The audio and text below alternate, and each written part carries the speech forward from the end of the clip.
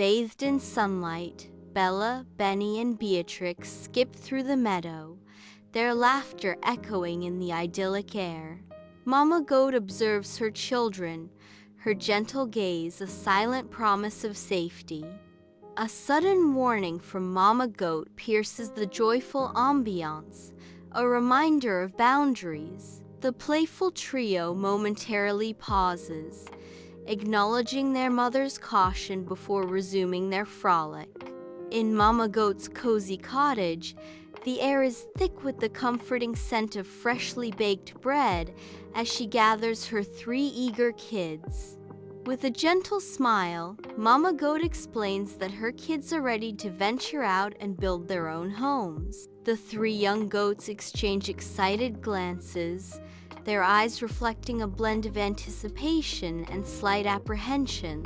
Sunlight streams through the window, casting a golden glow on the room. Mama Goat embraces each of her kids warmly and sends them off with a basket brimming with snacks for their journey. Down a winding path, the journey of 3 little goats begins, each lost in their own world. Bella dances ahead, her attention captured by the ephemeral beauty of butterflies and wildflowers. Benny ambles along, lost in his melody, the world a soundtrack to his journey.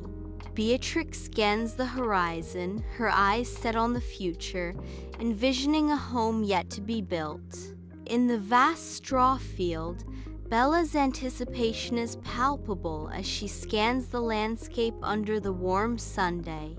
Her gaze locks onto a farmer with a cart, and hope surges through her. She approaches the farmer, her voice filled with hopeful anticipation. "Can I have some straw for my house?" The farmer pauses, considering Bella's earnest plea amid the field of gold. The sun shines warmly, casting a golden glow on the straw and the hopeful exchange. Sunlight filters through the dense canopy as Benny wanders idly through the woods. A figure emerges from the trees, burdened by a heavy load. Benny approaches, his voice cutting through the quiet of the woods. "Can I have some sticks for my house?" The woodcutter pauses, his weary gaze meeting Benny's. The forest holds its breath, awaiting the woodcutter's reply. Beatrix walks through the expansive brickyard, the endless rows of bricks stretching before her. She stops before a bricklayer, the mountain of bricks a towering monument behind him. Sweat beads on her forehead as she looks up at the towering pile. Beatrix asks softly, "Can I have some bricks for my house?" The bricklayer turns, his expression unreadable against the backdrop of the brickyard's endless expanse. The big bad wolf stands before Bella's straw house, his breath heavy with anticipation.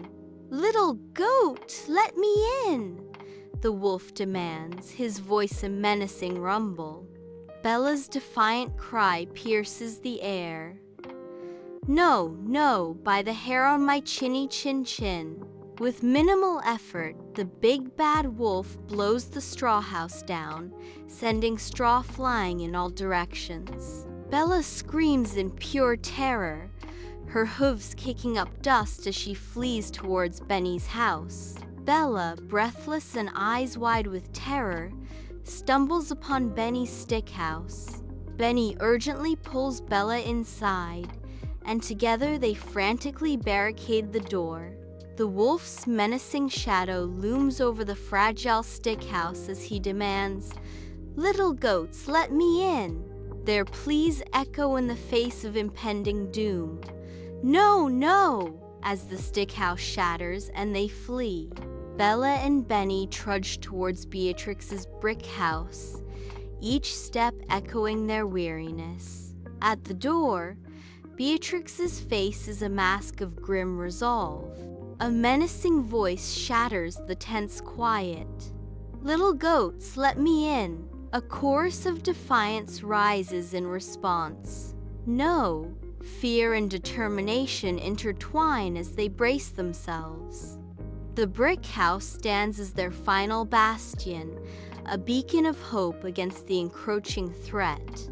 The wolf huffs and puffs with furious intensity, yet Beatrix's brick house stands firm, defying his brute force. Frustration mounts as the wolf's efforts prove futile. The brick structure remains unyielding.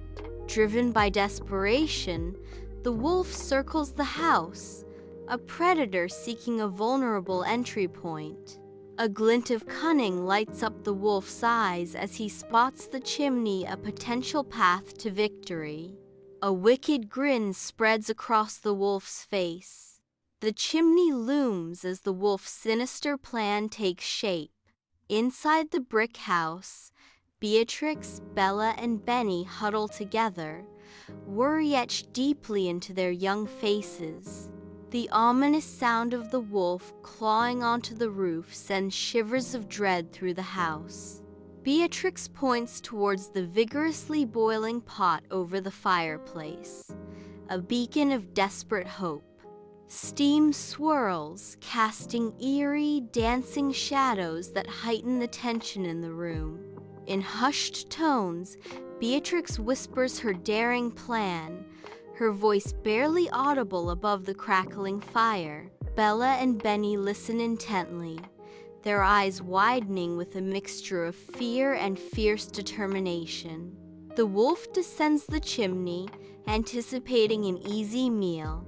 A piercing yelp shatters the air as the wolf plunges into a boiling inferno. With a howl of agony, the scalded wolf bursts from the chimney, fleeing into the dark forest. Beatrix's 3 little goats dance with glee, their bleats echoing in celebration of their hard-won safety.